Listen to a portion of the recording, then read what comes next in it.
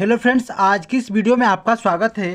तो दोस्तों, आज की इस वीडियो के माध्यम से हम अध्ययन करने वाले हैं कक्षा 10वीं गृह विज्ञान के कुछ महत्वपूर्ण बहुविकल्पी प्रश्नों को, जो आपको बोर्ड पेपर के लिए बहुत ही महत्वपूर्ण होने वाले हैं और बहुत ही आपको बोर्ड एग्जाम में सहायता करने वाले हैं, हेल्पफुल होने वाले हैं। ठीक है, तो दोस्तों, यदि आप मेरे चैनल पर नए हैं, मेरे चैनल को अब तक सब्सक्राइब नहीं किया है तो मेरे चैनल को सब्सक्राइब कर लीजिए और एक लाइक कर दीजिएगा। ठीक है, तो चलिए शुरू करते हैं प्रश्न को। देखिए, प्रश्न है पहला नंबर, सूर्य किरण से किस पोषक तत्व की प्राप्ति होती है। देखिए, जो सूर्य की किरण है उससे कौन सी पोषक तत्व की प्राप्ति होती है, प्रोटीन की, वसा की, विटामिन की या खनिज लवण की। देखिए, तो जो सूर्य प्रकाश है, सूर्य के प्रकाश से हमें विटामिन की प्राप्ति होती है। किस चीज़ की? विटामिन की, यानी विकल्प संख्या सी सही हो जाएगा। ठीक है, सूर्य के प्रकाश से क्या प्राप्त होता है? तो विटामिन। क्या होता है? विटामिन। इसको याद कर लीजिएगा। ठीक है, देखिए, आधुनिक प्रकार का ईंधन है लकड़ी, कोयला, गैस, मिट्टी का तेल। देखिए, तो जो लकड़ी है वो आधुनिक ईंधन नहीं है, कोयला आधुनिक ईंधन नहीं है, गैस, हाँ गैस आधुनिक ईंधन है। ठीक है, आधुनिक प्रकार का ईंधन क्या है? तो गैस हो जाएगा। ठीक है, इन विकल्प संख्या इसका सी उत्तर हो जाएगा। ठीक ना। चलिए अगला है, राष्ट्रीय बचत पत्र किसकी योजना है। देखिए, राष्ट्रीय बचत पत्र, प्रश्न है राष्ट्रीय बचत पत्र किसकी योजना है? बैंक की, जीवन बीमा निगम की, डाक खाने की, इनमें से कोई नहीं। तो देखिए, जो राष्ट्रीय बचत पत्र योजना है वो है डाक खाने की है। किसकी है? डाक खाने की। विकल्प संख्या सी इसका राइट आंसर हो जाएगा। ठीक है, चलिए आगे है कि श्वसन की क्रिया में रक्त का अशुद्धिकरण किस गैस के द्वारा होता है। देखिए, जो श्वसन की क्रिया में रक्त का शुद्धिकरण होता है किस गैस के द्वारा होता है? Nitrogen, hydrogen, oxygen, carbon dioxide. देखिए, जो श्वसन क्रिया होती है, इन श्वसन की क्रिया में रक्त का शुद्धिकरण ऑक्सीजन गैस के द्वारा होता है। किसके द्वारा? ऑक्सीजन गैस के द्वारा होता है। इन विकल्प संख्या सी इसका राइट आंसर हो जाएगा। ठीक है, चलिए आदर्श बजट क्या है? आदर्श बजट इसका मतलब क्या है? आदर्श मीन्स बड़ा। ठीक है, अब देखिए, बड़ा बजट क्या है? घाटे का बजट, संतुलित बजट, बचत का बजट, इनमें से कोई नहीं। देखिए, तो जो आदर्श बजट है वो बचत की बजट को कहते हैं। क्या कहते हैं? बचत की बजट को हम आदर्श बजट कहते हैं। ठीक है, ध्यान रहे कि आदर्श बजट में क्या आता है? तो बचत की बजट को हम आदर्श बजट कहते हैं। ठीक है, चलिए, प्रोटीन का मुख्य कार्य है शरीर की वृद्धि एवं विकास करना। देखिए, शरीर की वृद्धि एवं विकास करना, केवल ऊर्जा प्रदान करना, अस्थि निर्माण करना, हृदय गति समान रखना। देखिए, जो प्रोटीन का मुख्य कार्य होता है वो होता है शरीर की वृद्धि एवं विकास करना होता है। ठीक है, शरीर में वृद्धि एवं विकास करना किसका कार्य? प्रोटीन का मुख्य कार्य होता है। ठीक है ना। चलिए आगे है, वैक्यूम क्लीनर का प्रयोग किया जाता है। देखिए, वैक्यूम क्लीनर का प्रयोग किया जाता है फर्नीचर की में पॉलिश के लिए, घर की सफाई के लिए, बर्तन की सफाई के लिए, धातुओं की सफाई के लिए। तो देखिए, जो वैक्यूम क्लीनर है उसका प्रयोग घर की सफाई के लिए किया जाता है। किसके लिए? घर की सफाई के लिए वैक्यूम क्लीनर का प्रयोग किया जाता है। ठीक है, अब देखिए अगला नंबर है कि अतिसार के रोगी की आहार देना चाहिए। देखिए, अतिसार के रोगी को आहार देना चाहिए उच्च प्रोटीन युक्त, उच्च रेशे युक्त, नरम व तरल, इनमें से कोई नहीं। देखिए, तो जो अतिसार के रोगी होते हैं उन्हें हमें नरम एवं तरल आहार देने चाहिए। नरम एवं तरल इसके राइट आंसर हो जाएंगे। ठीक है, अब देखिए, विश्व पर्यावरण दिवस कब मनाया जाता है? VVIP, very very important question, इसको नोट करिए। देखिए, जो विश्व पर्यावरण दिवस है वो 5 जून को मनाया जाता है। कब? 5 जून को। इन विकल्प संख्या सी इसका राइट आंसर हो जाएगा। ठीक है, चलिए इसके साथ चलते हैं अगले नंबर प्रश्न पे। देखिए, अगला नंबर प्रश्न है, विटामिन सी का अच्छा स्रोत है हरी सब्जी, दाल, दूध, खट्टे फल। देखिए, जो विटामिन सी है उसका अच्छा स्रोत जो होता है खट्टे फल होते हैं। क्या होते हैं? खट्टे फल उसका अच्छा स्रोत होते हैं। ठीक ना। जल क्या है? मिश्रण, यौगिक, तत्व, ये सभी। तो देखिए, जल जो है एक ये प्रकार का यौगिक है। क्या है? जल एक यौगिक है। ठीक ना। चलिए अगला नंबर है, रेबीज किस कारण होता है? मच्छर के काटने से, कुत्ते के काटने से, सांप के काटने से, इनमें से कोई नहीं। तो देखिए, जो रेबीज है, रेबीज किसके कारण होता है? कुत्ते के काटने से। कुत्ते के काटने से रेबीज होता है। ठीक ना। देखिए, कौन सा अंग श्वसन तंत्र का भाग नहीं है? देखिए, श्वसन तंत्र का भाग नहीं है। नाक, यकृत, फेफड़े, श्वसन नली। देखिए, प्रश्न दिया गया है कौन सा भाग श्वसन तंत्र का भाग नहीं है, ठीक है ना। तो देखिए जो श्वसन नली है वो श्वसन तंत्र का भाग नहीं है। क्या चीज? श्वसन नली, यानी विकल्प संख्या इसका डी सही हो जाएगा, ठीक ना, डी नंबर। अब देखिए अस्थि को टूटने को कहते हैं, अस्थियों की टूटने को कहते हैं मोच, अस्थि, अस्थि विस्थापन, अस्थिभंग। देखिए जब अस्थि टूट जाती है तो क्या उसको मोच कहते हैं? अस्थि कहेंगे नहीं, अस्थि विस्थापन नहीं, अस्थि भंग कहते हैं। क्या कहते हैं? अस्थि भंग कहते हैं। अस्थियों को टूटने को हम अस्थि भंग कहते हैं, ठीक है।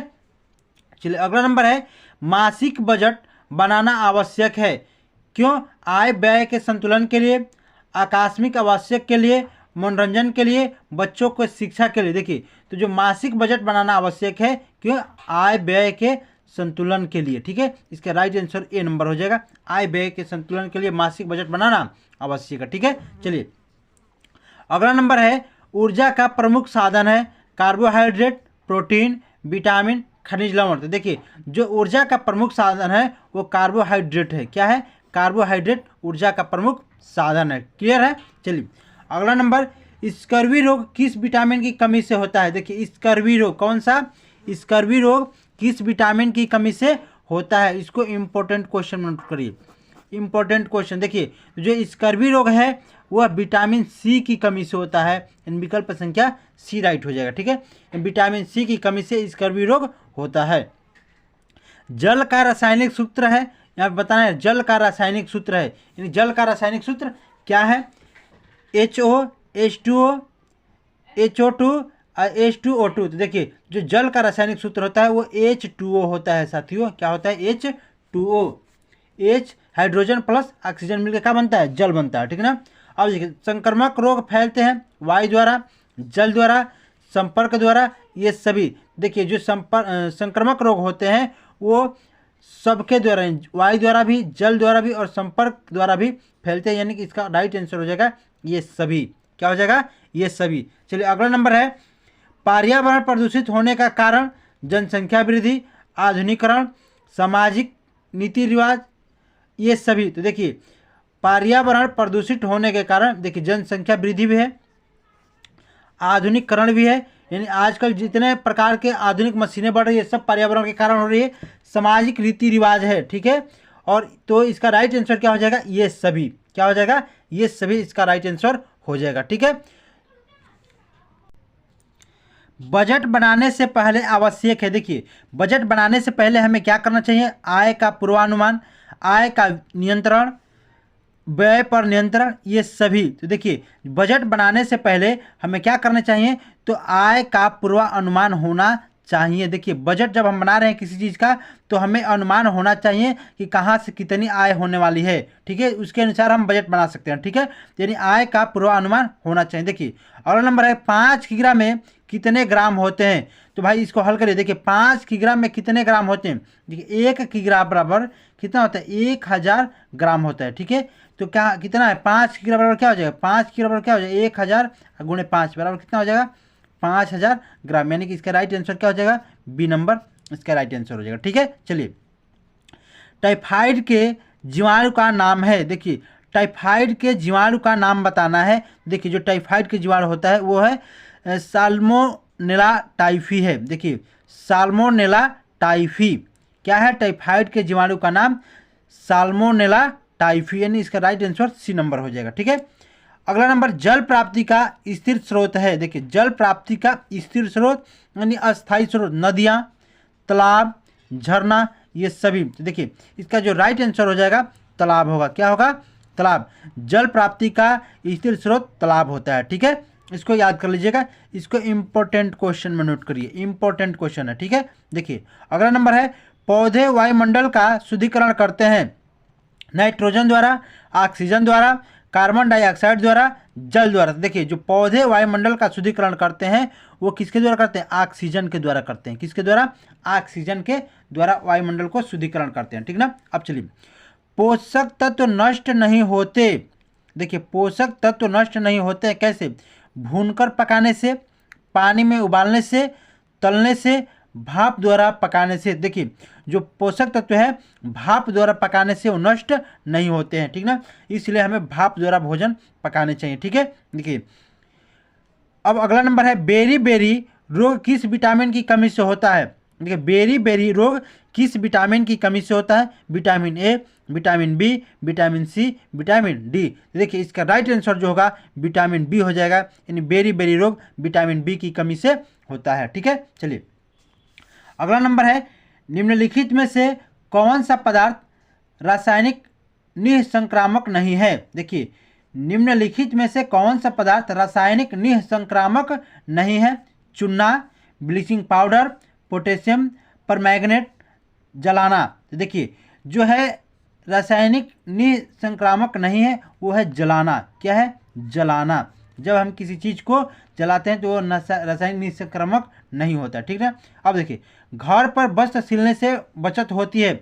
घर पर यदि हम वस्त्र सिलते हैं तो किस चीज़ की बचत होती है? समय की, परिश्रम की, कपड़े एवं धन की, इनमें से कोई नहीं। तो देखिए इसका जो राइट आंसर हो जाएगा समय की। ठीक है, परिश्रम की और कपड़े एवं धन की, इनमें से कोई नहीं। तो देखिए इनका राइट आंसर हो जाएगा इनमें से, यहाँ पे गलत कर दे, यहाँ इनमें से सभी होना चाहिए। ठीक है, ये इन सभी का बचत होता है। घर पर वस्त्र सिलने से बचत होता है। देखिए समय का भी बचत होता है, परिश्रम का भी, और कपड़े एवं धन का बचत होता है। इसका राइट आंसर होगा सभी। ठीक है, यहाँ पे गलत दे दिया है, इनमें से कोई नहीं छाप रखा। ठीक है, ये गलत हो जाएगा, यानी कि सभी हो जाएगा उत्तर। ठीक है, अब चलिए अगला नंबर है खाताधारक को सेवा शुल्क देना पड़ता है चालू खाते में, बचत खाते में, सावधि जमा खाते में, संचयी बचत में। देखिए तो खाताधारक को सेवा शुल्क देना पड़ता है कब? जब चालू खाते होते हैं। ठीक है ना, चालू खाते में। ठीक ना। अब देखिए अगला नंबर है पताल तोड़ कुआं बनाने का प्रयुक्त होता है। देखिए पताल तोड़ कुआं बनाने में प्रयुक्त होता है कुल्हाड़ी, डायनामाइट, रेती, रहट। तो देखिए जो पताल तोड़ कुआं बनता है उसके लिए डायनामाइट का होना आवश्यक है। ठीक है। अब देखिए हड्डियों में कड़ापन किस तत्व से होता है? Vitamin, protein, iron, calcium. देखिए तो जो हड्डियों में कड़ापन होता है वो कैल्शियम से होता है। ठीक है ना, किससे? कैल्शियम से होता है। ठीक है, चलिए अगला नंबर है टेट बैंक या एटीएस का टीका किस रोग को से बचाने के लिए लगाया जाता है। देखिए टेट बैंक या एटीएस का टीका किस रोग से बचाव के लिए लगाया जाता है? टिटनेस, हैजा, तपेदिक, डिप्थीरिया। तो देखिए जो टेट बैंक का टीका होता है वो टिटनेस से बचाव के लिए लगाया जाता है। किसके? टिटनेस से बचाव के लिए लगाया जाता है। ठीक है। अब देखिए किसान विकास पत्र बचत योजना है बैंक की, डाक खाने की, जीवन बीमा की, इनमें से कोई नहीं। देखिए इसका जो राइट आंसर हो जाएगा वो हो जाएगा डाक खाने की। क्या हो जाएगा? डाक खाने की। ठीक है, चलिए अगला नंबर है 1 किलोग्राम दाल का मूल्य 80 रुपया है तो 6 किलोग्राम दाल का मूल्य क्या होगा? देखिए बताना है यहाँ पे यदि 1 किलोग्राम का मूल्य कितना है? 80 रुपया है तो 6 किलोग्राम को बताने के लिए क्या करेंगे? 80 में 6 से गुणा कर देंगे। कितना हो जाएगा? 6 0 6 6 8 48 यानी 480 रुपया हो जाएगा। राइट आंसर सी नंबर हो जाएगा। ठीक है। प्रेशर कुकर में खाना पकाया जाता है भूनकर, भाप द्वारा, उबालकर, तलकर। देखिए जो प्रेशर कुकर है उसमें खाना कैसे पकाया जाता है? तो उसके में खाना भाप द्वारा पकाया जाता है। कैसे? भाप द्वारा। देखिए अगला नंबर है हैजा किस जीवाणु द्वारा फैलता है? विब्रियो कैलोरी, टाइफी, मच्छर, पिस्सू। तो देखिए जो हैजा है वो विब्रियो कैलोरी द्वारा फैलता है। विब्रियो कैलोरी द्वारा फैलता है। ठीक है। घर की बचत करने के लिए निम्न में से सबसे अच्छा विकल्प है। देखिए घर नहीं, धन की बचत करने के लिए। क्या है यहाँ पे?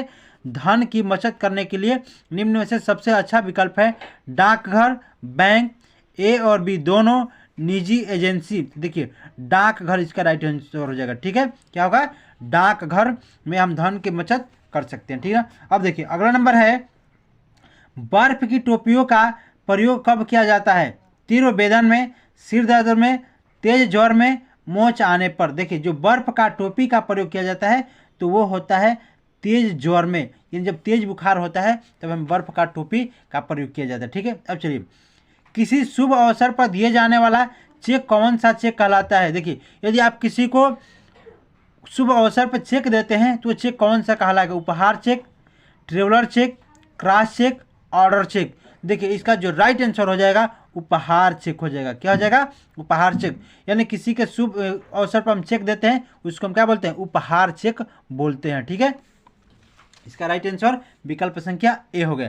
तो फ्रेंड्स ये रही आज की हमारी वीडियो। यदि हमारी आज की वीडियो आपको अच्छी लगी हो, हेल्पफुल लगी हो, तो एक लाइक कर दीजिएगा और अब तक चैनल को सब्सक्राइब नहीं किया है तो चैनल को सब्सक्राइब कर लीजिएगा। मिलते हैं अगली वीडियो के साथ, तब तक के लिए जय हिंद, जय भारत।